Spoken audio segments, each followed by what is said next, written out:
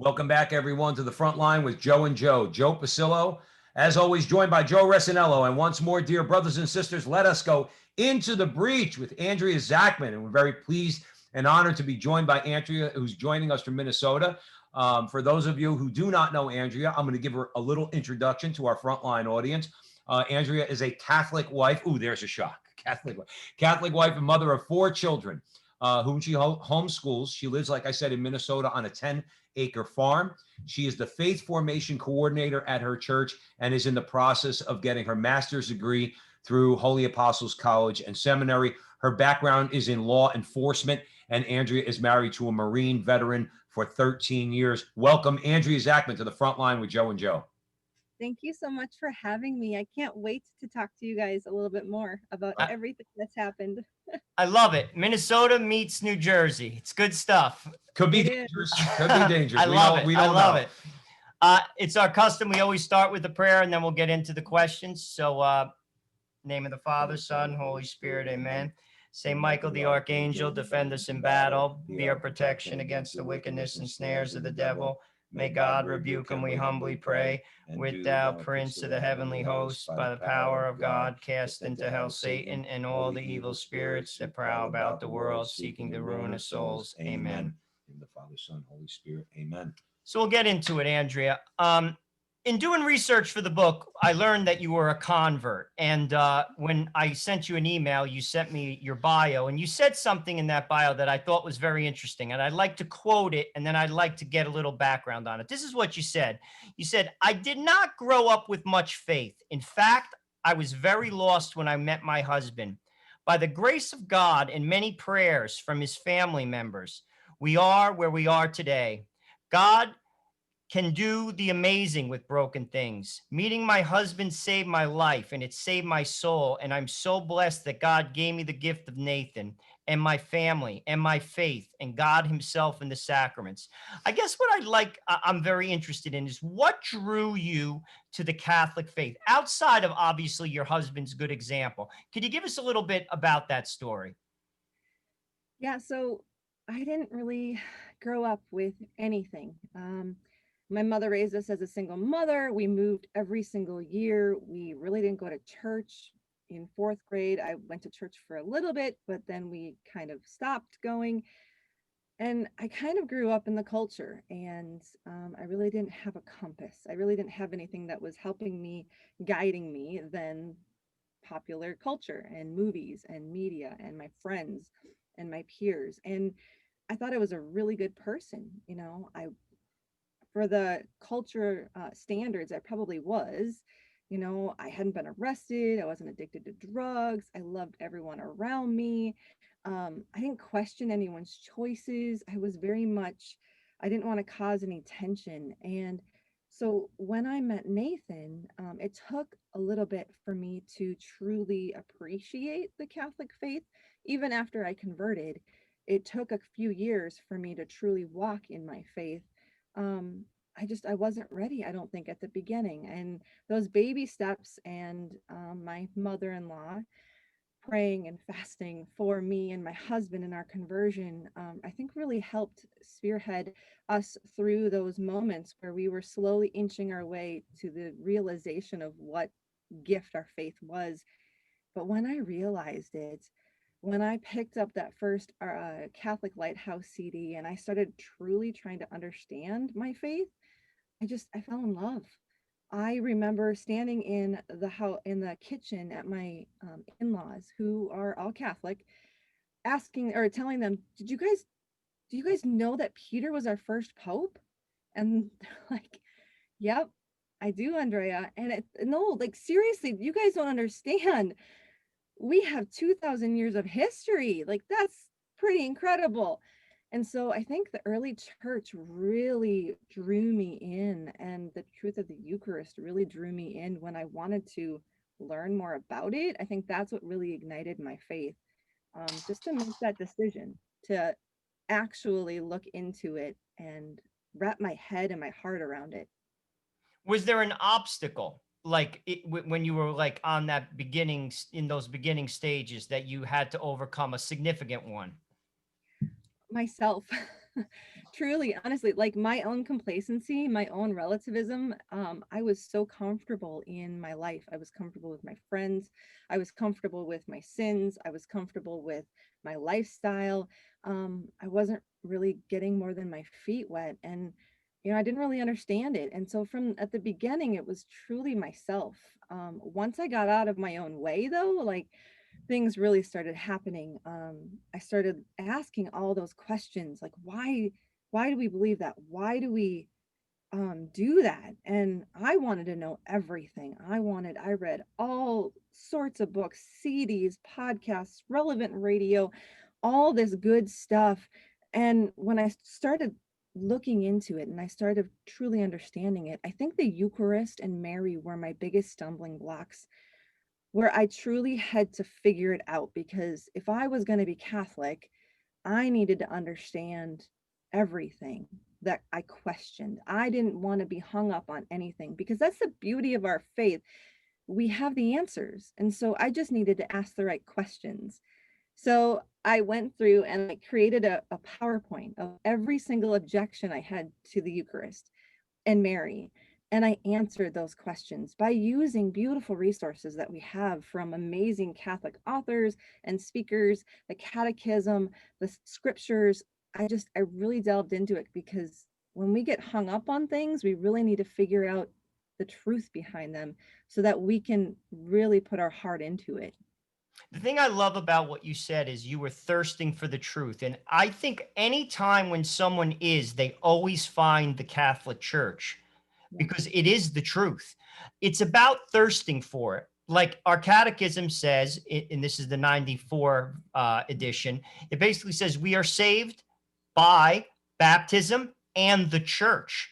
But if it's through no fault of your own, and this is stuff that Joe and I have discussed on other podcasts, obviously, if you're from, in the middle of like Brazil in the Amazon, it's no fault of your own. You don't have access to, say, a computer, to Google, but you do, as I do, and you did.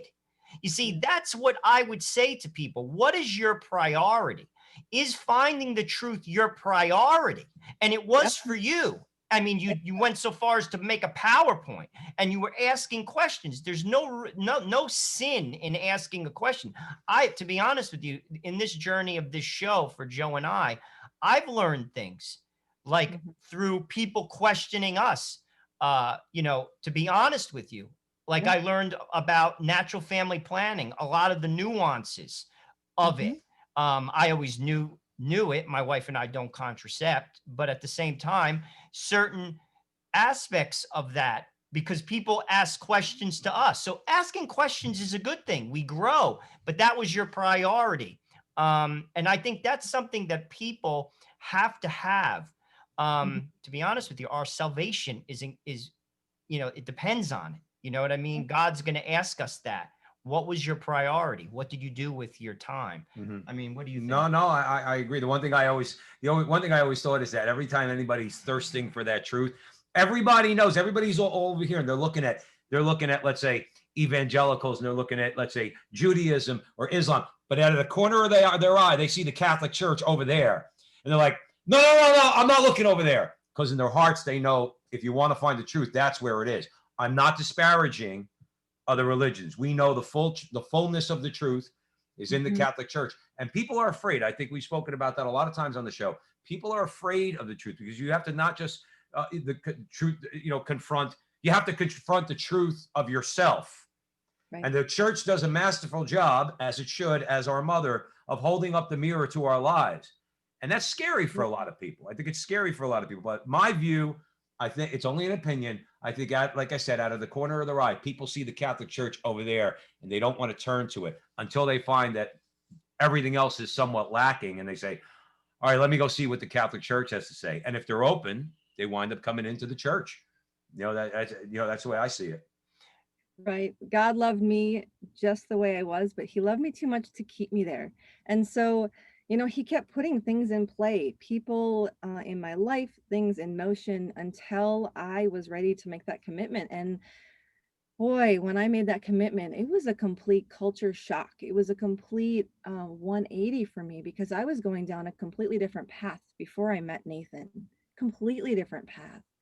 If you would have said 15 years ago that I would be here talking to you, I would have laughed at you. And um, but it's amazing how God can really work in our lives and bring us to amazing things, because we all have the capacity to know this truth and know him. And I'm just amazingly blessed at all the people who were praying for me, all the sacrifices that were made, because I truly believe there was a huge power in my mother-in-law and my grandmother-in-law praying for me and him. You know, he was a cradle Catholic, and he had to have that conversion as well. So, you know, that beauty of God using both of us to really shoot us forward on this path of discovering truth and beauty in the Catholic faith. And it's just been a really, really good journey so far. Awesome. People underestimate the power of fasting. Mhm. It's so important. That is such a powerful tool, prayer and fasting. You know, especially you see some people in mainstream media when they'll say like prayers, we were sending you prayers. They almost like mock it. Prayer and fasting. You know, they always just think it's just on Good Friday or it's on Ash Wednesday. And sadly, Or just Lent, or yeah, yeah, just Lent in but even general. like they'll use fasting as, you know, like, what do you, I'm going to give up potato chips or something like, but I'm talking about, and I'm not talking about like, scourging yourself, but something that pinches a Right. little bit. You know, it's all a personal thing. We all could have different, it could even be you don't turn on the hot water. I'm Mhm. just using like something that reminds you of God. It opens you up. It is a powerful tool, not only for our own spiritual growth, but like you said, others fasting for you.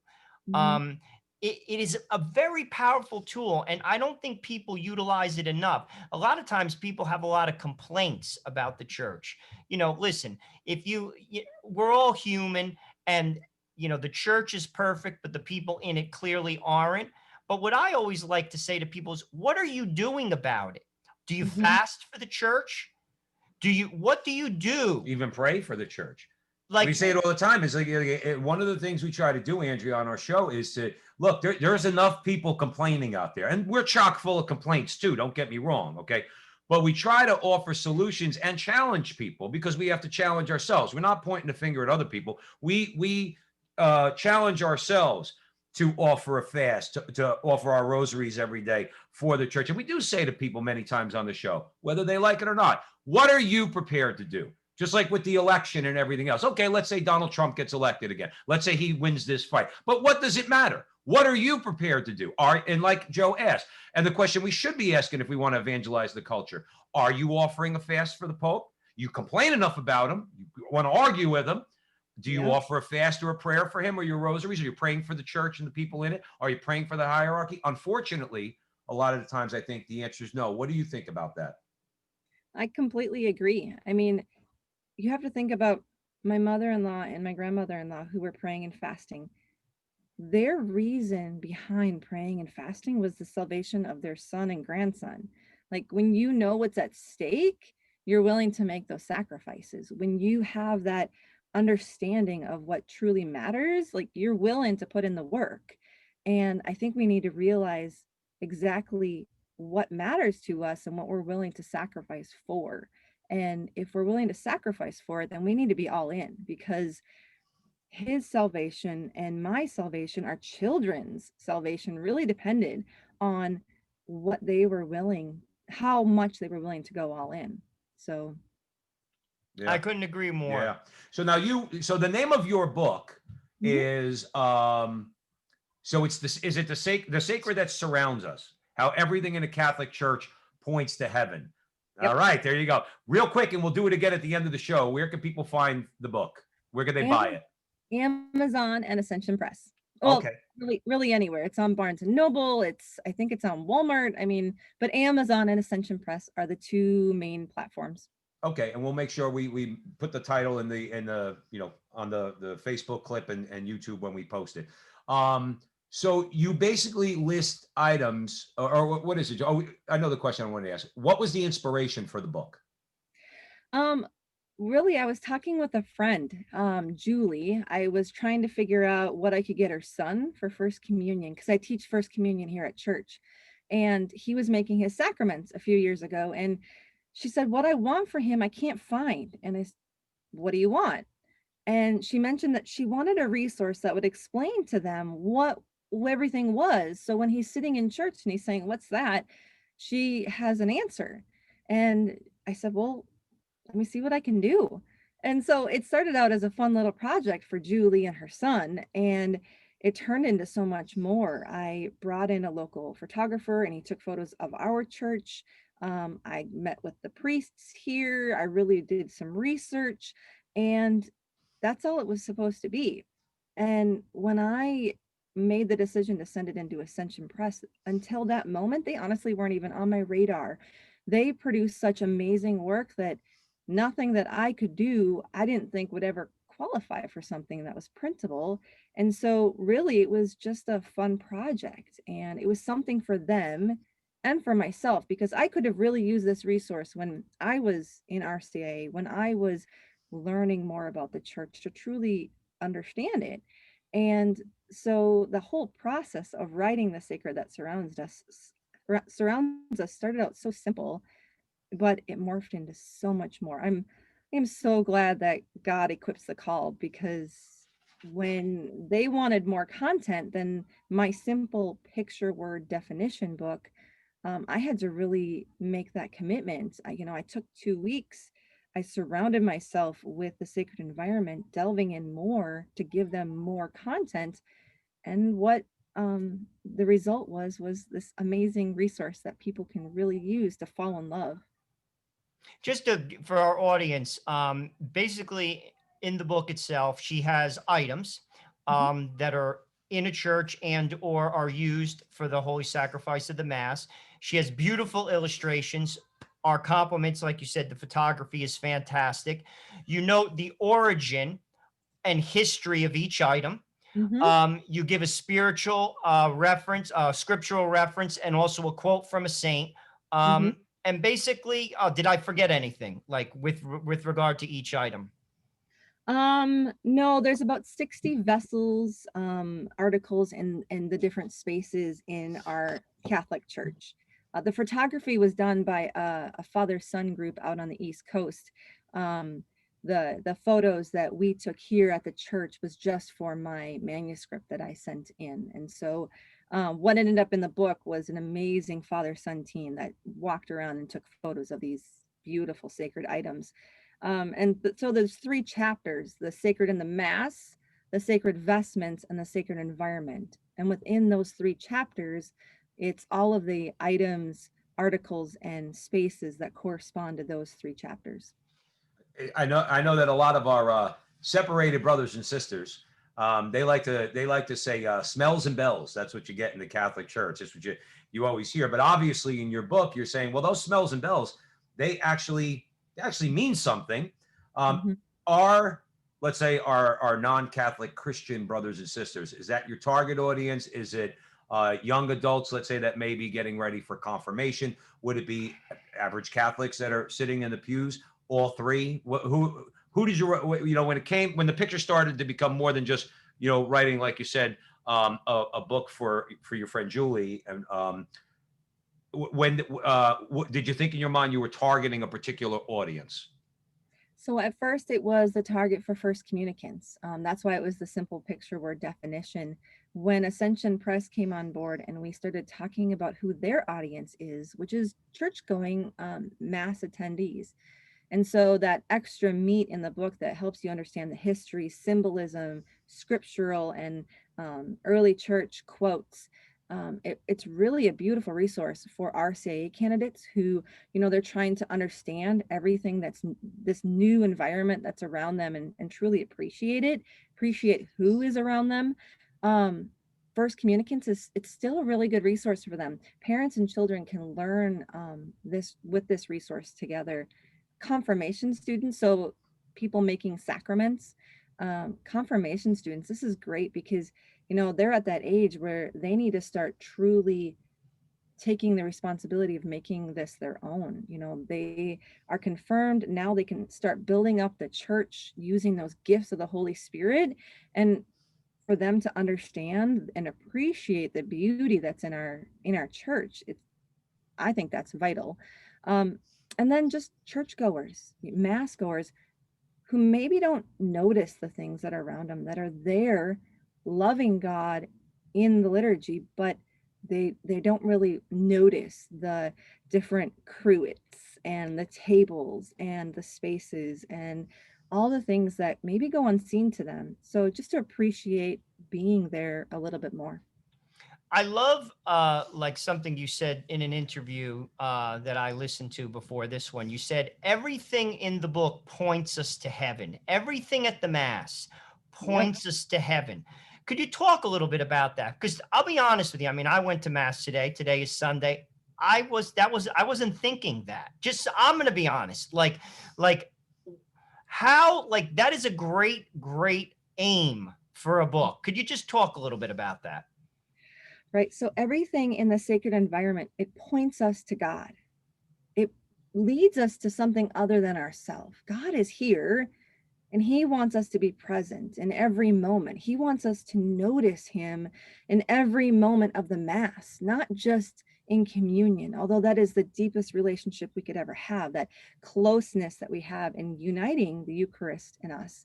But he's here and he's present at every moment in the sacraments, in the liturgy, in just sitting in the pews. And so truly understanding the sacred environment is very important for us to enter into the love and mercy that's here, because everything here points us to the truth that God loves us. He wants us to enter in, and everything has a practical reason, but also a symbolic reason of why it's here. Mother Church doesn't just put anything in the Mass, doesn't put anything in her church. She's very wise in choosing the things that are supposed to lead us to heaven. So when we look at stained glass windows, it's truly amazing things that help point us to God. When we look at the Stations of the Cross, when we look at the tabernacle, when we look at the prayer candles of all the prayers that people have had, all of that's there, not to think about ourselves, but to point us to the truth and reality of who loves us. So when we are in need of prayers, when we're in need to get close to God and in the Mass, when we are desperate, when we're mad, when we're joyful, all of these emotions, like, the sacred environment is there to help channel it to the one who truly cares about everything that we're thinking and feeling and wants to unite to us in those moments. And so if we don't know what a confessional is, we don't understand the mercy that's there. If we don't understand that the sanctuary is heaven on earth, where God is in the tabernacle, and he's there because that sanctuary lamp is lit. That's how I know he's there. If we don't know that, then sitting in the pew really doesn't mean anything. It's just another place to be and talk to God, but he is really here. If we don't know that the adoration chapel is there where God is literally in the monstrance and waiting for us to come and seek him out, we don't appreciate that room that's connected to the church. So really understanding the sacred environment and every element that's in it that points us to God, those bells that we hear, they only ring at very specific moments. We need to pay attention to them. It helps reorientate us to those moments. Mother Church is amazing at helping us, knowing we get distracted, in saying, no, wait a minute, something amazing is happening. Pay attention right now. You know, that incense, right? Our prayers rising up to God. It's all just so beautiful when you understand and you can put it all in context to relationship, to love and mercy. It's truly a magnificent environment when you can appreciate it. It's so funny you say that. It's like, you know, Joe and I always say there are no coincidences. So we're actually having this conversation because God wants us to. And I know that because it's so funny that I was in Mass yesterday morning, and you brought up the incense. And now my wife is very good with pious devotions. things like that, getting us new prayers, novenas. We just enthroned our apartment yesterday to the Sacred Heart of Jesus, right? She's very good with that, but I find myself to be more of the like, I find these things out and I let her know about it. We were in Mass yesterday, just to tell you a quick story. I always tell Joe, like, we have to try to emphasize to our Catholic brothers and sisters, particularly in the area of abortion, we need to get out in front of these centers and pray our rosaries more. But the reason why I say that, yesterday was the first Saturday procession down at Greater Planned Parenthood of Greater New York, where 2 blocks away is Old St. Patrick's Cathedral. So the faithful gather at the cathedral at 8 o'clock in the morning for Saturdays. We attend Mass. But the reason why I'm bringing it up is because at the point where the Mass was ended and the priest went to expose the Blessed Sacrament, the incense was still going behind or by where the tabernacle was. All right. And from our view, we were kneeling. The altar was in the way. So all you saw was the smoke. And I said to my wife, I said, you know what that is, right? She goes, what? I said, that's our prayers going up to heaven. He's like, I didn't know that. I was like, nah, I knew you didn't know that. That's why I told you about it. I said, but that's my job. Is to, that's why I'm bringing it up, because it seems like this is very important, not just for people who are not in the church, for people who are in the church to know what all these things are. That's why I brought that up about the incense and going to Mass yesterday. But I think the game changer, at least for me, is to know that Christ is in the Eucharist. He is body, blood, soul, and divinity present. See, like, I was a cradle Catholic. I went to Catholic school. We're both culturally Italian. I mean, as an Italian, growing up in New Jersey. You couldn't tell that, right, Andrea? Yeah. You Not at no, all. okay. But I mean, like, you kind of like, you eat pasta on Sunday, you go to church. I mean, but that doesn't mean you understand, the whole deal. You know what I mean? And I went to Catholic high school. I went to a Catholic college. So did Joe. And that still did not resonate. I'm going to be honest with you. What did it for me was adoration. What also did it for me was going to confession, because you make yourself receptive to it. But speaking to some of the things that you mentioned, when I walk into a church that says, that's not my parish, the first thing I look for is the tabernacle. Where is the tabernacle? To me, it should be in the center of the church. The church says it should either be right behind the altar or in a place of prominence. Speaking personally, and this is not dogma, this is, me, Joe Resinello. Joe's dogma. I like it right behind the altar because it's the center, it's the heart of the church. I want to see it, and I think another thing that people don't fully understand is the Mass is not necessarily about us. Well, it isn't about us. It's about Christ. It's the holy sacrifice of the Mass. Like, a lot of people be like, oh, this priest, he's a great homilist. Well, that's good. It's nice to hear a good homily. It motivates us. We learn from it. We get catechized. But that's not why you're there. Yep. You see, this is what I think people are, and it all comes down to, do you understand that this is Jesus? Because if you do, you will want to go to Mass every day. You'll become a daily communicant. The Eucharist, what is it called? It's viaticum. Food for the journey. We need the Eucharist. Christ says it because we are who we are. And when you know that this is God, it's the medicine for the world, you want to go. Your perception of Mass, you're not going to talk at Mass. You'll be reverent. You'll be attentive. Why? Because that's God. Something I've said many times in various things that I've done within the church. If a priest was going to give out $100 bill, instead of getting the Eucharist, everybody in the church is going to get $100 bill. The place would be mobbed. There'd be so many people inside the church. The line would be out the door. Be a lot of non-Catholics there too. Everybody's coming. They want $100. There's so much more than $100 there. Yep. And this is but it's that realization that it is God, and we have to meet him there. But you said something earlier in the interview that I loved. It has to be your priority. You have to be all in. You have to search for that. That doesn't just magically happen. It's like an athlete. You don't magically bench press 300 pounds. It doesn't happen. You don't magically run a marathon. It doesn't happen. You have to put that time in. You got to show up. You have to pray. You have to go sit in front of the sacrament. You have to go to confession. If you don't, it's not going to happen.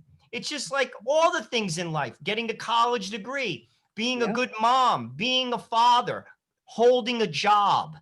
You got to show up. Yep. And it comes down to what's your priority in life.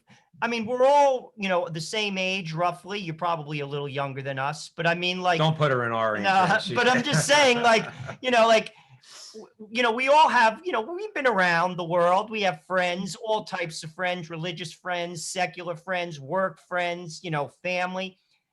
I mean, it is what it is.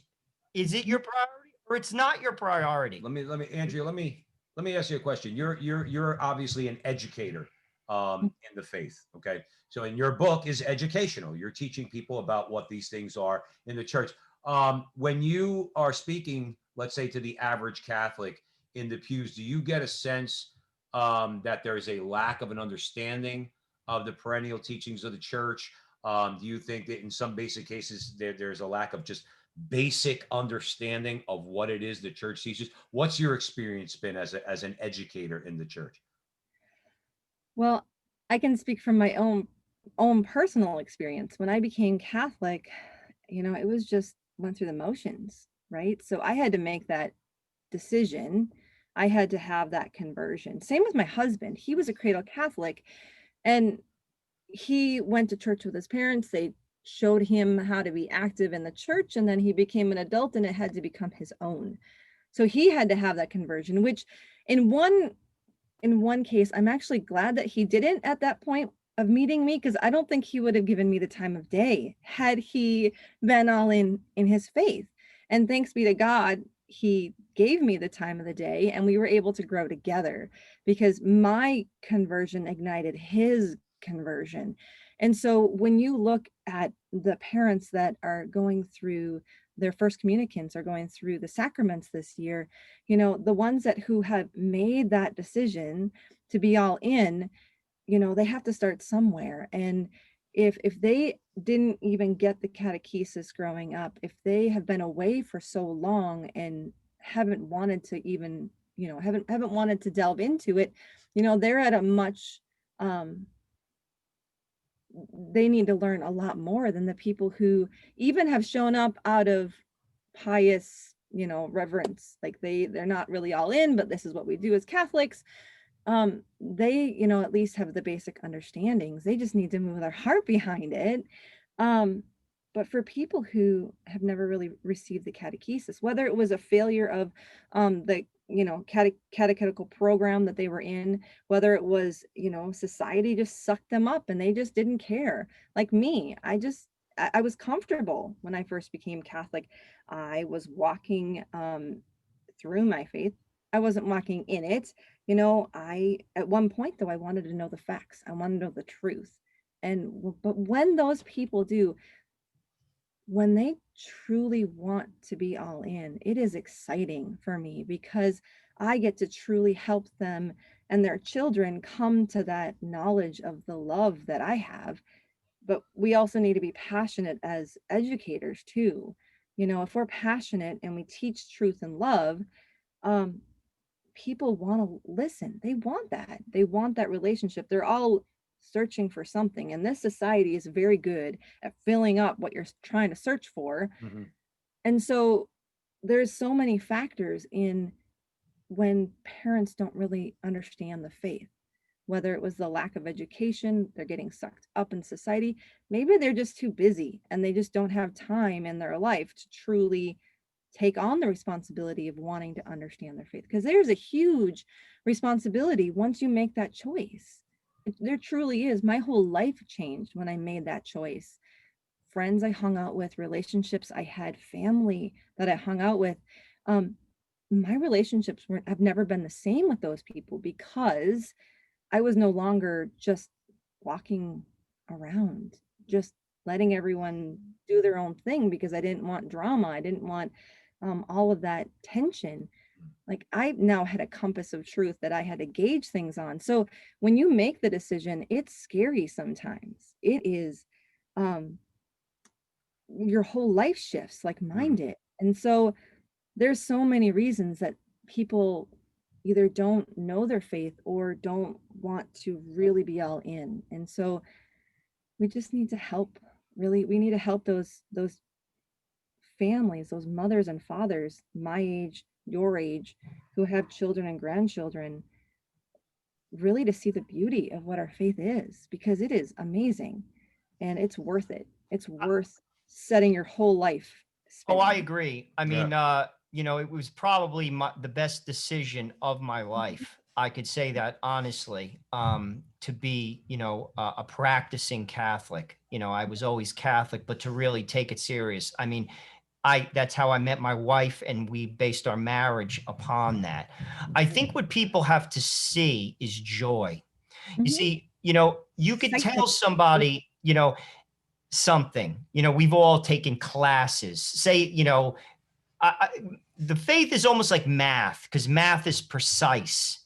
It's truth, and nothing is more true than a number. 2 + 2 is 4. You can't dispute it. Well, the truth is the same way. And being a Catholic, we believe in absolute truth. There are absolutes. The world doesn't see things that way.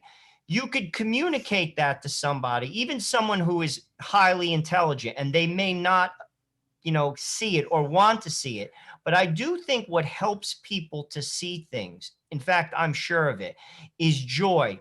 They look at you and your husband, your lives, and they see, listen, look at this person.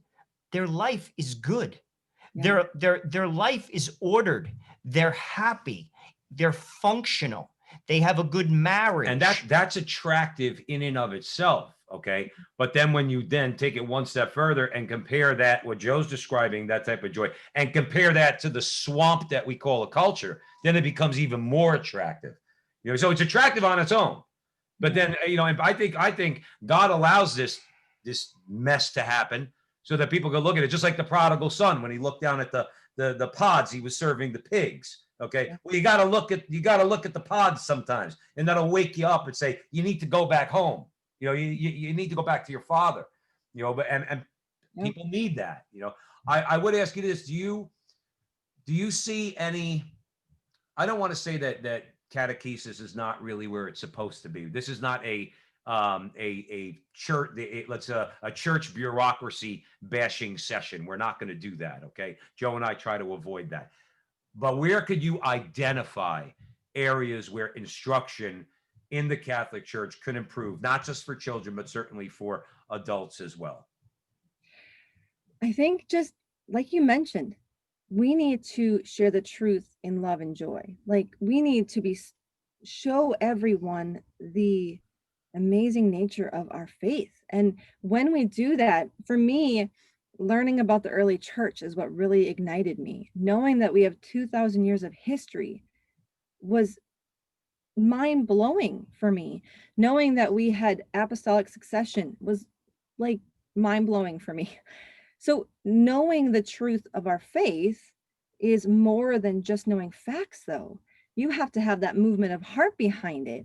You truly have to want to understand it. So I think anytime that we are in the catechetical mode, anytime we are teaching the truth, we need to do it in joy, and we need to do it and show the excitement, because if it's exciting to us, like, that's how people get excited. If I go up here and I'm just talking like this and I'm showing you all the things that are exciting about our faith, it's not going to be very exciting. But when I tell you that when you come into our church, you encounter Jesus in a completely different way, and I can help you to realize that, to understand that. I want to walk with you on this journey. I want to help you to truly appreciate this entire environment. Like, that gets people engaged. So we need engagement. We need vibrant programs, and we need to walk with people in their journey. We need to help them so that we're not leaving them where they are, that we're truly helping them to walk towards God, whether it's our RCIA program, whether it's catechesis with our children, with the sacraments. Journeying with people, I think, is what really keeps and solidifies it, because the relationships that I have spiritually are instrumental in keeping me energized and keeping me focused on doing this, because they're the ones that, like, we help each other. My relationship with my husband, like, he supports me so much. Like, we need to truly be supportive of each other in all of our programs. But I think to get at the heart of it is we need to show people relationship and show them the truth. And in the way I do catechesis here, that's the order that I do it. I show them relationship. So I show them the love of God. I show them who they are to God, the truth of their being, their what they're made here for. You know, it we want people to know, love, and serve God, right? They're not going to serve a God they don't know, and they're not going to know, or they're not going to love someone they don't know. So we really need to help them to love. And so when I teach the truths of the liturgy, when I teach the truths of the sacraments, the truths of our faith, it's focused on who God is to them in those moments. And then I start teaching them about the moral truths of our faith and how to stay in that relationship. Because once you're in love, it's no longer rules and regulations, it's ways to stay in relationship, right? So I think we really need to just completely overhaul catechesis. And I think there's some really good programs out there that are doing that. And I think here at St. Michael, we're really taking that bold future that's in our tagline, in our slogan, in our future, and really living that out with programs like discipleship groups, where we're walking with 8th graders through their whole high school experience. Catechesis of the Good Shepherd, where we're walking with them from 3 years old to 12 years old, helping them to fall in love. And so when they become my age, they can truly walk in their faith and build up the church and do amazing things out of love. You know, you said something that I like to focus on, in truth. I think sometimes people, because I've been involved in various, teaching, positions within the church. I've taught RCIA, I've led Bible studies, I've done a number of different things. I've taught Lenten reflections. People sometimes are hesitant to bring a truth to people because they feel they're going to scare people away. I actually think it's the opposite. I think when we are not fit, like we water things down, you don't beat people over the head with it, but at the same time, you're not doing someone a service by not telling somebody the truth. The truth is merciful. The truth is loving. I think the turning point, though, and I could speak for myself, like you said, there are rules, but God gives us these boundaries to keep us safe. It's like, you're a mom, I'm a dad, like you have rules. Like, why? Don't go into the street, Frankie. Why? Because I don't want you to get hit by a car. I'm not trying to run your life. Not exactly restricting his freedom by telling him don't play in traffic. I don't want you to get hurt. And I think, like, I'll speak for me. I mean, there are tenets, within the faith, that are not necessarily like viewed by like the status quo as doable, or they'd say that's crazy. Like, take contraception. That's one of those things. I mean, you're in the world, so am I. You have friends, so do I. You worked, so did I. Bring that up at a cocktail party. People think you're crazy. However, it's when you come to a point, and I'd love to hear your view, because you're a convert on not necessarily contraception, but on this statement, my way doesn't work. You see, I know that. My way doesn't work, and God's does. And you said there's 2,000 years behind it. Wisdom, people who have done amazing things by following the blueprint. And I think we have to come almost to the end of ourselves. Oh, we think we're so smart in the 21st century. We're all so educated. We're so sophisticated. Aren't we? Oh, so much so. But yet, it's God, it's the wisdom. And you come to that realization and you say, no, because, you have young children, you have 4, so do I. People are like, you're crazy. What are you, crazy to have kids? I am trusting in the plan. It's not my plan, because I'm me.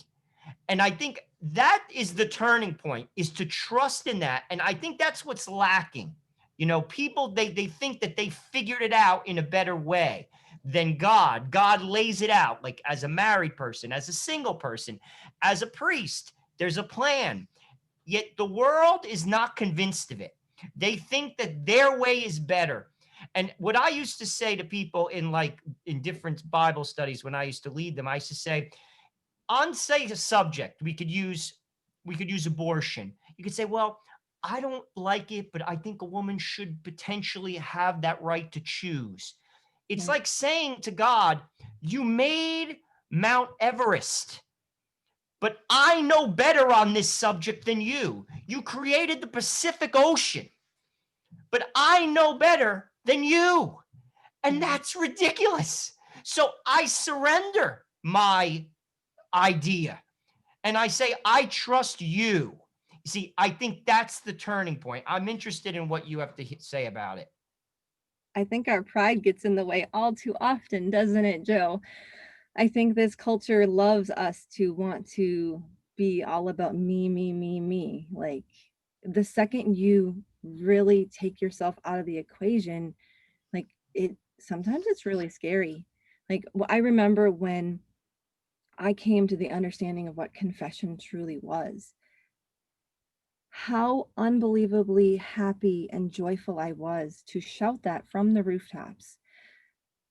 Everything that I did, you're telling me that God is going to just forgive that? That he is going to welcome me back like a loving father? Like that was really big for me, and I struggled with confession and all of my sin because I was wrapped up in the world. I was so happy with everything that the world had to tell me. And um when I truly understood the weight of my sin, it was really hard. It was really scary. I still remember finding out the truth about contraception. You brought up contraception, and so many people my age are contracepting. And thanks be to God, me and my husband have never contracepted. I did before him. In fact, I went on it when I was 15 years old. And I remember my junior year, I went off of it and I ended up in the hospital. Like, there's a reason why we shouldn't be putting this junk in our body. We're telling our body and God something that he is not in control, right? And I remember when I found out about this, I collapsed on my mother-in-law's bathroom floor crying, and she held me for like 20 minutes. And all these boys, because my husband's the oldest of 6 boys, they were like walking past wondering why this girl is crying on the bathroom floor and why mom's holding her. And we went into the living room and she looked at them and she said she realized the decisions that she made mattered and they had consequences, and she's sorry for those. And so I really think that this culture is so good at telling you, you need to focus on yourself. You need to be all about me and don't worry about anyone else. Don't worry about God. But we're going to search until we find him. We're going to keep walking in this despair until we find him. We're never going to know authentic truth and authentic happiness and joy until we put him first. And it has to be a daily decision because it's so easy to get re-caught up in everything that's on our plate, everything that we're bombarding us as young parents, everything that's bombarding us as living in the world, right? And it's just, we really need to have really good relationships to keep us focused. You know, I just Yeah. wanted to dovetail on that because I think one of the most important things you said just now and earlier was the relationship aspect in your catechesis.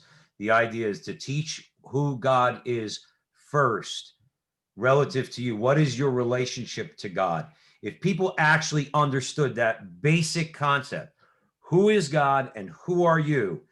They would The want rest to know. of the moral teachings you were talking about, to me, they're so much easier for a person to accept if they get the relationship right first. Yeah. That to me is probably the most effective way of catechizing people, hopefully evangelizing people, is do you know who God is? Not who the culture tells you God is, not who the culture tells you the church says God is. Who is God? All right. And if you get that across to people, if they start to understand that, then the moral teachings, like I said, they're going to be much more easily communicated, I think. You said something that, like, I'll share something personal, because what you said reminded me of something about myself. As a cradle Catholic, I was always Catholic. I went to a Catholic school, but I was a party guy. I mean, from high school and very much into college, like what would be like a frat guy, and was very, not, was popular, and I had, did all those things. And when I came back from college and the music stopped, I was lost. I didn't know what to do, to be honest with you. And I went into my parish, and they had the tabernacle in a room. It wasn't behind the altar, but I went to it and I sat there there was two women there praying. I was 22, and it was a Saturday, and I just sat there. And I'll never forget this. An overwhelming sadness came over me. Like, I cannot explain to you. It was like a tidal wave that just crashed on my body. And I began to weep and sob as a guy, like in front of two people. Like, it was like I say that because it's not something I would do, but it was like a tidal wave. It was uncontrollable. I've never in my life experienced that before in my life, where I was just like, and it was almost like you said, that's why I bring it up. It was like the weight of my whole life just came, the realization of it just crashed upon my body. And then I went to confession. I'll never forget. He was a little Indian priest. He was probably horrified. He was probably waiting for like a 70-year-old woman to go to confession. I'm dropping like atomic bombs on him.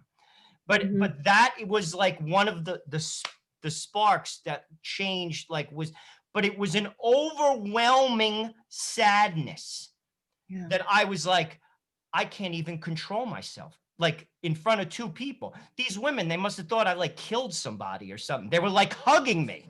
They were like, what is this guy doing? You know what I'm saying? Like, and I didn't even expect that. But I think there are a lot of people like that in the world. There are a lot of wounded people. Just like you said, you're very comfortable with your life.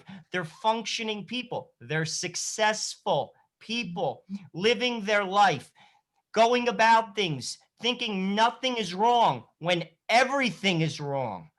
Right. And until you stop and almost face yourself in staring at God, things will change, because God loves you. God is in all of us, the worst of us. No one is irredeemable. No one. And people like will listen to this video. They're my friends. Like, they'll be like, just like you said, like, I wouldn't be talking to you 15 years ago. Believe me, at 20 years old, I'm not in this conversation. Right. It's not happening. You know what I'm saying? But I'm just saying, but that's for everybody, and it's free, and it's liberation, and it's joy. Well, that's why we have to continue doing what we're doing. In other words, and Angie's got to continue doing what she's doing, because you don't know who you're going to reach. You don't know. Like, we all heard somebody somewhere at some point in our life say something truthful that stuck with us. And that's what led to your crying in front of the tabernacle, and Andrew going to confession, and me, the same experiences. In other words, somebody said something that stuck with you. We have to keep over and over proclaiming that truth, that relationship with God, the need to repent of our sins, as Christ told us, his first words in the gospel, repent. Let's keep doing that. It will get out there. In other words, God will use us. If we keep doing what he wants us to do, he will use us to convert souls, to get people to come back to his church. No doubt in my mind. That's the thing that keeps me going. See, most of the time, Andrea, we do bombastic political and cultural commentary on our YouTube and Facebook page, okay? But then we have time to do more Catholic interviews like we're doing today, and we've done a number of them. This is really what we do. We want to get the truth out there so that people will recognize in their hearts and in their minds that need to sit in front of the tabernacle, that need to go to confession, that need to convert their heart. So do you have any final comments, thoughts, concerns? Please tell everybody again where they can follow you on either social media and where you can buy your book, but take your time. We don't have to rush, but what final comments would you like to leave our frontline audience with? I just want to go back quickly. You were mentioning, and something came to my mind with your story, Joe, that guilt, and I just heard it today in Father's homily, guilt has a way of looking like an ugly thing, but guilt really helps us to truly gauge what the things that we need to change in our life. And when I went to confession for the first time, I had an front and back sheet of paper. I was laying it all out for this priest when I gave him this life confession. And he looked at me, and through my like red puffy face and through my tears, and I think I went through like 10 Kleenexes, he looks at me, he goes, "You know what comes to mind when I hear this?" And I'm like, "Oh, what comes to your mind?" "You were searching for love and you were not finding it. And you are now here and you can experience love in a way that you've never experienced." That's what I want to get across to people when they come into this church, when they come into the adoration chapel and Jesus is there. He wants to be there in our messiness. He wants to be there in our busyness. He wants to be there in all of us, because he knows us better than we know ourselves. He wants us to come so he can help transform us into who he is. So when we unite ourselves to him in the Eucharist, when we go to confession and receive that grace, when we go to the adoration chapel, when we're spending our moments here in church, they all matter, not just one moment out of their trip here for Mass, not just in the absolution of confession, not just in saying your rosary in adoration. He's here in the whole thing. He's here in the moment that you need to realize your guilt, the moment you reach out to him for help, the moment you want to turn your life around and follow him as a disciple. He's here in the questions that you have, looking at him in the monstrance, questioning, and maybe even have anger. Like, he wants to be there in all of those moments. So when people are using and my book as a resource, I truly hope that they can really encounter Jesus in a powerful way, because he is here in our church in the most intimate way that you can have God in our lives. So when you need to have that weight removed, when you need to come in joy and happiness, when you're angry and you need answers, when you need to go to confession, like, it's all here in our church. And I really hope that people who read The Sacred That Surrounds Us, and it's available on Amazon and on Ascension Press, I truly hope that they can encounter their experience here in a totally different way, that they can notice things that maybe they didn't notice before. They could realize that things are here, things are done before they even get here, things are happening while they're here, and it's all there to help bring them closer to God. That's the only reason. Like, they need to be closer, and the closer that they get, like, the more that they can encounter that joy, that authentic joy, that truth, the love, and the relationships that are here, not only with God, but with our Christian brothers and sisters, in the congregation. We're a body of Christ, and it's all here. And it's amazing when you can realize that, because it may turn your life upside down, but it's gonna open your heart to things you never even knew you could experience.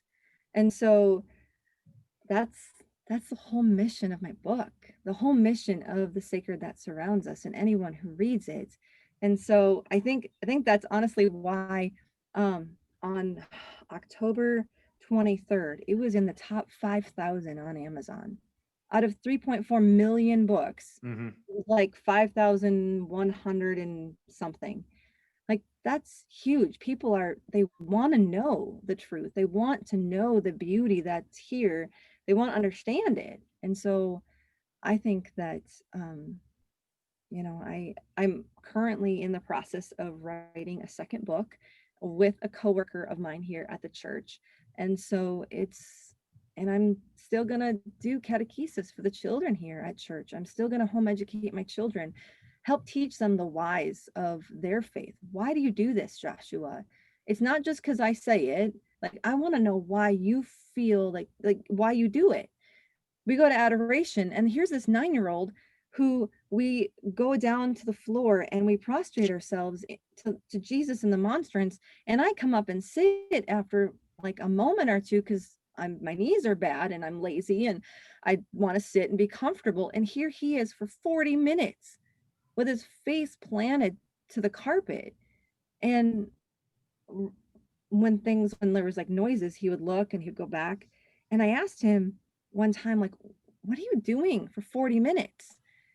Why do you do that? And like, what was in your heart at that moment? And he said, I was just worshiping God. And it's like, he was there giving God and sacrificing maybe his comfort. That's what I want to teach my children. And it's through things like the sacred that surrounds us for him to understand why that even matters. That maybe he should prostrate himself for as long as he possibly can, and maybe longer, to have that discomfort. So just helping my children and the children here and adults and my friends and my family and myself to really realize the importance of who God is in our life and the importance of the church in bringing us God. Could you show the book for the viewers? All right. The Sacred That Surrounds Us. And we can find that on Ascension Press and on Amazon. Do you have social media, Andrea, that people can follow you on or that you'd like for them to? I do. I'm on Facebook. That's really the only social media I do. I really haven't delved into anything else. I don't know what Twitter it's okay. is. You're probably better off. Yeah, better off. You know, I don't. You're probably better. We're all going to be moving to Parlor pretty soon anyway, so that's okay. And when you get done with your second book, please contact us. Yes. We'd love to have you on. If not sooner. Sounds good. All right, Sounds Andrea good. Zachman, thank you so much again. We really appreciate it. And thank you everyone for joining us here at the front line with Joe and Joe Pasillo and Joe Resinello. Please follow us on Facebook at the front line with Joe and Joe, on YouTube at the front line with Joe and Joe. Make sure you follow Holy Faith Media on YouTube in particular. All of our content is put up there. This interview with Andrea is going to be posted probably in the next day or so. I will say definitely in the next day or so. And remember, until the next time, that our conversation is your conversation, and that conversation, it's going on everywhere. So we'll see you next time.